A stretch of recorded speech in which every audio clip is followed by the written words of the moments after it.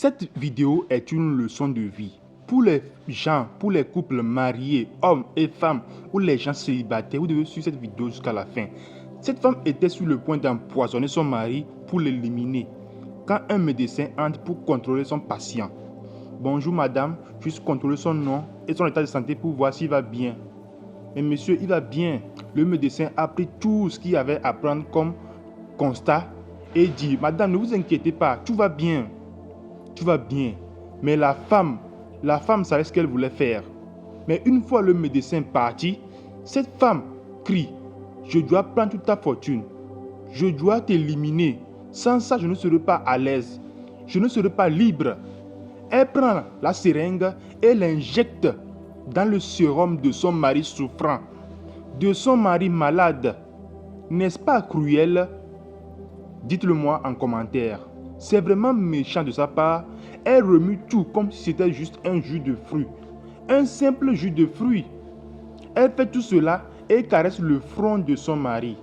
Maintenant que tu vas mourir, je vais avoir tout ce dont j'ai besoin.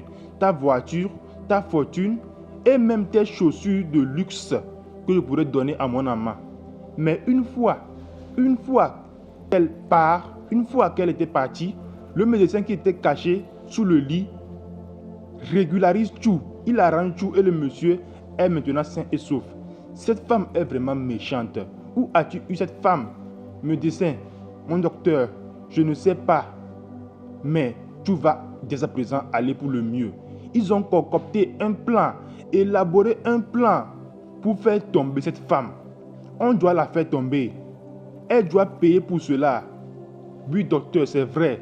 L'homme échafaude un plan avec le médecin afin de tromper la vigilance de cette femme et l'envoyer une fois de bon en prison. D'après vous, est-ce une bonne idée de faire tomber cette femme? Qu'auriez-vous fait à la place du monsieur? N'est-ce pas méchant de la part de la femme de faire cela? Un tel geste, serez-vous capable de faire ce geste en tant que femme? Alors, il décide de faire déclarer le monsieur pour mort afin d'inculper la femme, la faire chuter une fois de bon. Le plan est ok, tout est au taquet. Le médecin vérifie bien si le médicament ne fonctionne plus, le poison ne fonctionne plus dans la seringue du monsieur. Tu es sain et sauf à présent. Mais, je dois te dire, ce plan doit fonctionner réellement.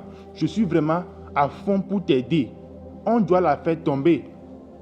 On doit la faire tomber à tout prix. Sinon, cette femme est un vrai danger pour toi et toute ta famille. Tu es riche pourtant. Et quelques instants plus tard, voici la même femme qui était tranquillement à la maison pendant que son mari était souffrant. Elle reçoit un appel de l'hôpital. Une très mauvaise nouvelle pour elle. Son mari vient juste de décéder. Son mari, vous l'entendez bien, vient tout juste de décéder.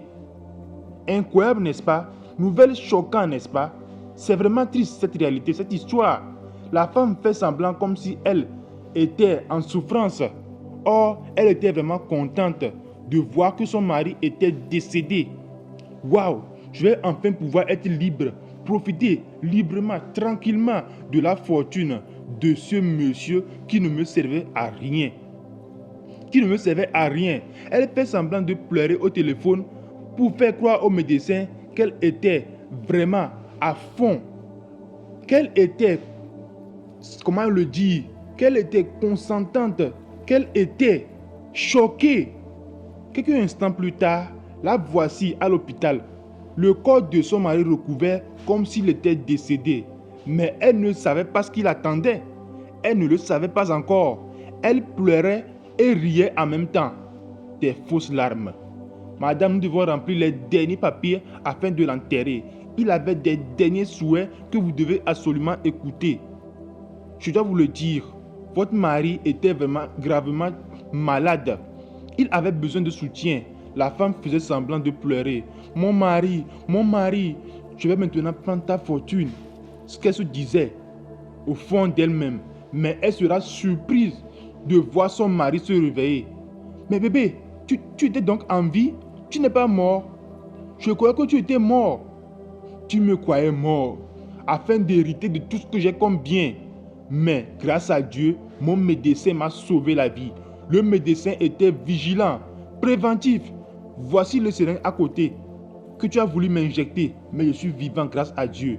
Merci Seigneur, mon mari est vivant. Regardez comment elle change de face, cette femme. Regardez comment elle change de face, comme si elle était consentante, comme si elle était sous le choc. C'est vraiment méchant. Tu es une méchante femme. Tu es une méchante femme, Caroline. Tu m'as trahi, trompé. Tu as voulu m'éliminer. Bébé, c'est pas ce que tu penses. Laisse-moi t'expliquer. M'expliquer quoi? Ce médecin que tu vois ici, il m'a sauvé la vie. Il m'a sauvé la vie en tes mains. Car tu es une femme djandjou. Une femme djandjou. Une femme dangereuse. Une criminelle.